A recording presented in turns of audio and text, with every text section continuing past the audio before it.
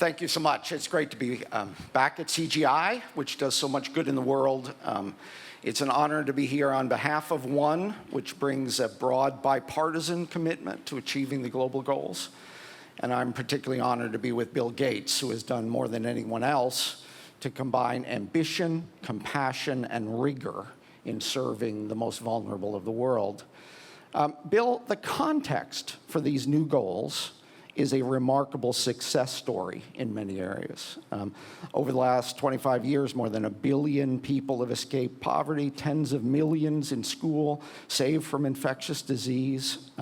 Maybe you can start by giving us an idea of what you think might happen in the next 15 years. In particular, what are the key health metrics and how are they going to be achieved? Yeah, the most basic health metric is about deaths, the number of children under the age of 5 who die.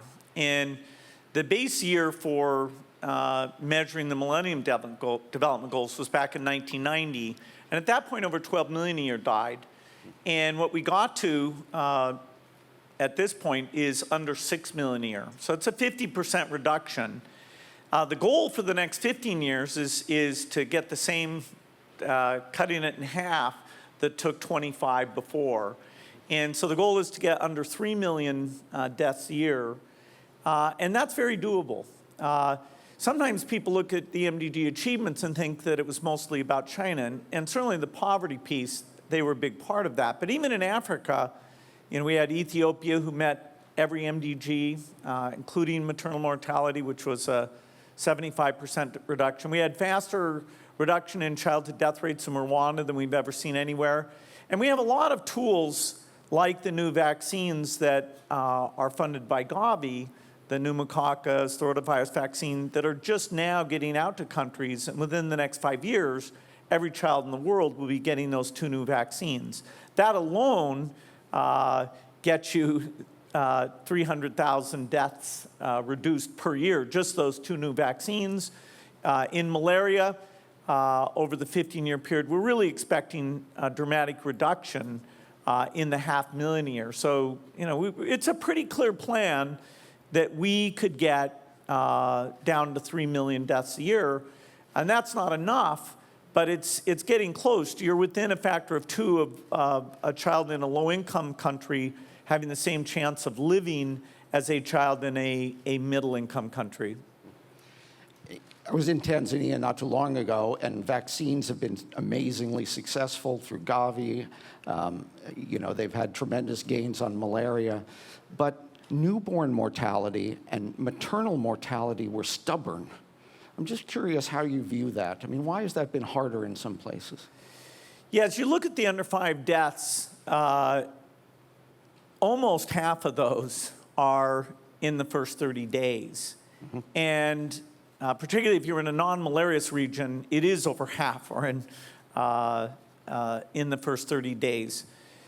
That's very tricky because if a baby's delivered outside of a health facility, the understanding of what you need to do if you're having infection, if you're having respiration problems, it's very limited. And there are diseases like one called RSV that means the kid can't breathe, that we don't have very good tools for right now. We just did a $100 million grant to get a RSV vaccine that we'll have in about 5 years. That's one that we'll give to the mother in her 3rd trimester, and her antibodies will then protect the baby through that risk period. But keeping the baby warm, doing clean cord cutting, there's a lot of things that are there that we know how to cut that first 30 days in half. And so really, under 5 mortality, you really want to split into the 2 parts. The post 30 days, that's mostly about vaccines and malaria, and the first 30 days, which are about getting mothers into health clinics, training the midwives, and certain practices that are not widespread. And so there is hope. Otherwise, that piece would become would block us from achieving the goal. Okay. Let me focus a little bit on that technology theme. It seems to me that a couple of things are necessary to get change on this scale. You've got to use data to map problems in detail and make implementation follow data at one level, but then you also have to invest in big upstream game-changing technological advances. How do you build the case for investing in discovery when you have an uncertain payoff? Yeah, discovery, to me, the work on, say, an HIV vaccine or TB or malaria vaccine, those things are underfunded. I'm kind of surprised because that's very cool stuff. Thank goodness that the US government, through the National Institute of Health, is very generous. So they are the biggest single funder by far. And other countries do a little bit, but not much in total. Our foundation would be the second and fairly close to the US government on those things. We need to draw more people in, philanthropists, other donors in. The science is such that the rate of discovery is going to go up. Our understanding of genetics and gene editing, biology is getting a lot smarter, so we understand these diseases far better. We can't just do that because we still have to actually deliver those breakthroughs. And so it's a thing where you want to go out into the field, see the problems, figure out what's deliverable, go back to the lab, come up with a thing. We see this like in reproductive health, giving, what tool would women like if they want to space their births? Do they want implants? Do they want an injection? Does the IUD work for them? And so there's that constant learning of going out to the field, then going back and making the product fit what needs to go there. The research piece, we need to draw more people in, particularly as you get constructs that you're going out to these big trials. When you do, say, an HIV vaccine trial, that's about $300 million per vaccine that you put through the trial. And so right now, we can only put one through at a time, and that's unfortunate. Yeah. And does the U.S. then underinvest in all that? I mean, from your perspective? Well, the world massively underinvests in research and development because the returns to society are so much greater than what a inventor can get. So you always take too little risk. We underinvest even more in things that help the poor, like malaria tools, because there's no market for those things. So it's super, when you get to disease of poverty, that malaria is still killing 500,000 kids a year, and yet other than the US government and ourselves, less than 50 million is being spent on malaria tools. And even if you put the two of us in, less than 500 million, I mean, it's outrageous. You spend more on baldness and things that aren't quite the same in terms of their impact on the world. So yes, upstream needs more funding, but time is on our side. We'll get more funding, and some of these new science approaches actually will let us do things even faster than we have before. Let me drill down on just a couple of specific issues. You've spoken a lot recently about the impact of climate disruption on the poor. What's the relationship between what you're doing in health and development and climate change? Well, when we think about climate change, there's two things. Number one is to emit less greenhouse gases, and therefore to have less warming, and therefore to have less extreme climate changes, which primarily over the next 50 years, the main problem that causes is for poor farmers, that they'll have, instead of 1 year out of 10 will be bad, 1 year out of 4 will be bad. So unless they have more productivity, more resilience, the malnutrition, the starvation, that will be up. And most of the poor people in the world, of the poorest billion, over 80% of them are farmers with small plots of land in tropical regions. So the good news is that if you take India and the middle income and rich countries, they are 97% of the greenhouse gas emissions. So the poor countries themselves can just rely on the richer countries to change their energy sectors. It doesn't have to be done in the poor countries. Some people get confused and think that, hey, if we just get solar panels into poor countries, it doesn't help with climate change. They are less than 3% of the emissions, so it's no relationship at all. It might be a nice thing, but it has nothing to do with climate change. Climate change is about changing the energy system of China, the US, India, Europe and Japan. And there we need huge innovation because the premium cost for reliable energy at the scales that we need by the 2050 reduction, that greater than 80% reduction, we just don't have any technology that makes the cost of that at all reasonable.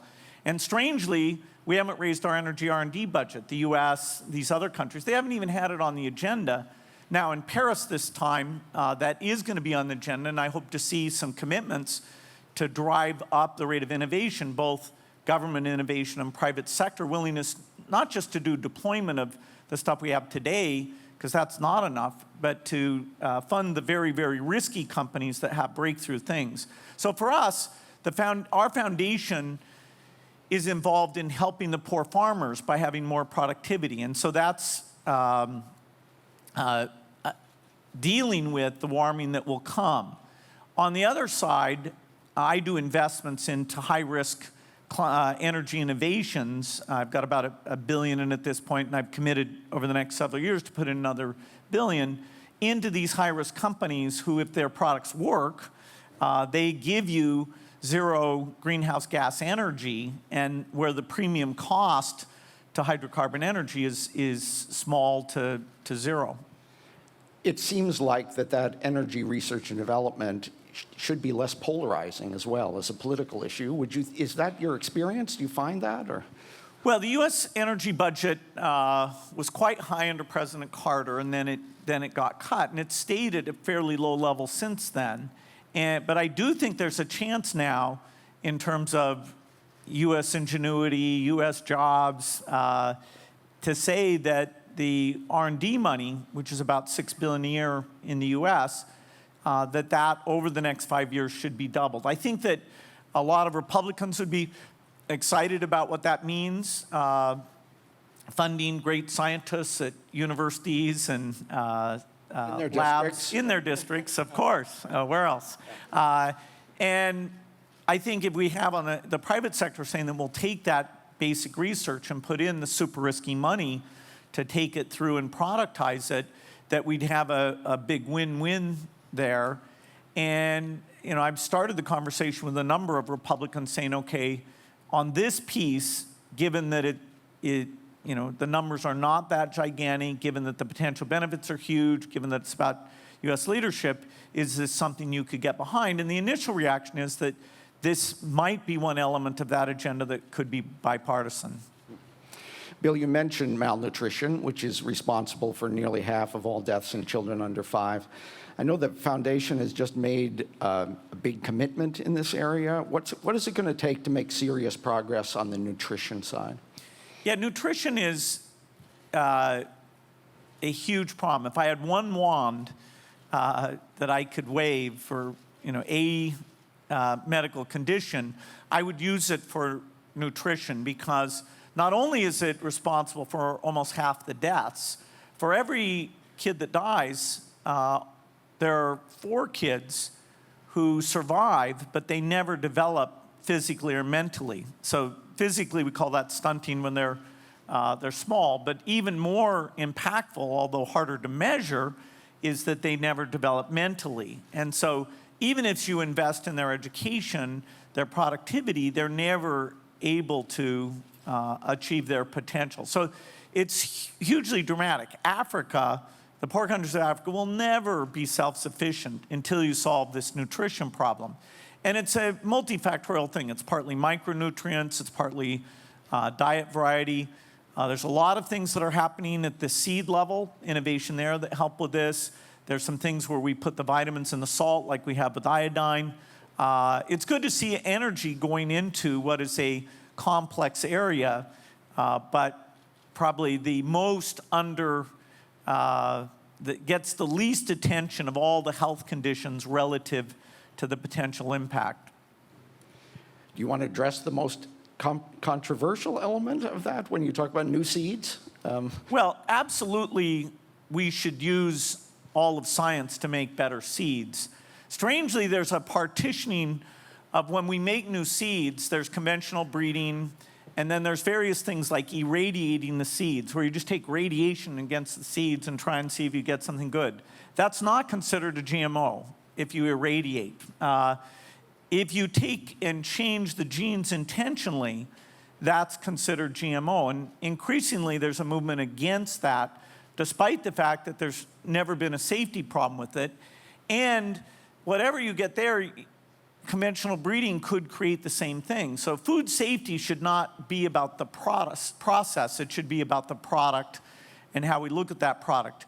And unfortunately, this idea of what should we do about this, in countries where you don't have malnutrition and starvation, it's okay to overpay for your food because it's such a small part of your budget. Who cares? When you have a country where starvation and malnutrition are real issues, and the climate is getting worse because of what those rich people have done, then it's kind of crazy to say, okay, we're going to take a whole brand area of science, which is getting better and better, and not let you deal with plant disease, not let you deal with drought and salinity and things that the scientific technique can help with. And the African countries are sovereign, they have experts. They can do the biosafety reviews to make sure there's no ill effects of these things. And when I'm talking about this, I'm talking about public domain crops, things that our foundation funds and other funders fund, where there's no royalty, so there's no economic issue at all. The only issue that one could raise is what are you doing for the biosafety piece that is extremely well understood. Bill, maybe you can look back a bit on the Millennium Development Goals and address where did they work, where did they fall short, what is the role of big goals in development and in health? Yeah, the Millennium Development Goals, it's easy to think, why does the UN General Assembly putting out a document mean anything? I mean, they put out a lot of documents, and a lot of them don't mean anything. How many do you read? How well do you know them? And not many. This one was truly, truly different because when you have these measurements and you force them to be done on an accurate basis, then you get to see country by country how they're performing. And in every meeting I've had with a head of state, including several today, several yesterday, the first thing that I show that leader is where they are on childhood death, where are they on maternal mortality. And if you can sit down and say to them, hey, there are other countries that are poorer than you are who are doing much better on this, and here's why, it has a certain moral strength that it's an MDG, something they know they're going to be measured against. And even the leader, the minister of finance, the people who really control things, they start to pay attention. And so it's made a huge difference, say, on vaccination coverage or primary health care quality, to have that as part of the dialogue since the year 2000. All those conversations really do result in, they'll replace the people if it's not being well run, they'll raise the budget if that's the problem. And so that clarity was good, not just for the governments, but for all the UN groups and the NGOs to get them aligned around something that was measurable, not just, hey, let's get a document signed that says childhood health is important and you have a ceremony and sign it. Here we're talking about how did Rwanda do it? What are they doing so well? What did Ethiopia do? Why is Nigeria, the childhood death rates have not gone down? What's going on in their primary health care system? And you, just to mention another example where big goals have mattered, polio. How did it relate to that specific goal? Because I know that's been close to your heart. Yeah, I put more time into that than any single thing because it's very important to eradicate that. It'd be the second disease ever. And I'd say the credibility of the global health endeavor will be greatly enhanced on the positive side if we achieve this. Things are going pretty well. We haven't had a case of polio on the continent of Africa for over a year now. And we never had a month up until now because there were always cases in Nigeria. The only two countries that still have cases are Pakistan and Afghanistan. And I met with the leaders of both of those countries yesterday talking about the specific steps that are being taken. And they've appointed very good people. The unrest is always a challenge. Can you get to all the kids? Is there high quality execution? But I'd say there's a very good chance that the last case of polio will be sometime next year in either Afghanistan or Pakistan. Then we have to wait 3 years, very appropriately, just to make sure that we haven't missed any cases, because if there are any cases out there, you wouldn't want to stop vaccinating. But if you certify it, then all the costs, not only of dealing with the kids who get paralyzed or die, but also the cost of vaccination, the world will save immensely, like they did with smallpox. So we feel like we're on a path to get there. And, it's exciting because every country of the world has had to do its part to get us to this point. Bill, we're at the end of our time. Please join me in thanking Bill Gates for his insights. Thank you. Thank you.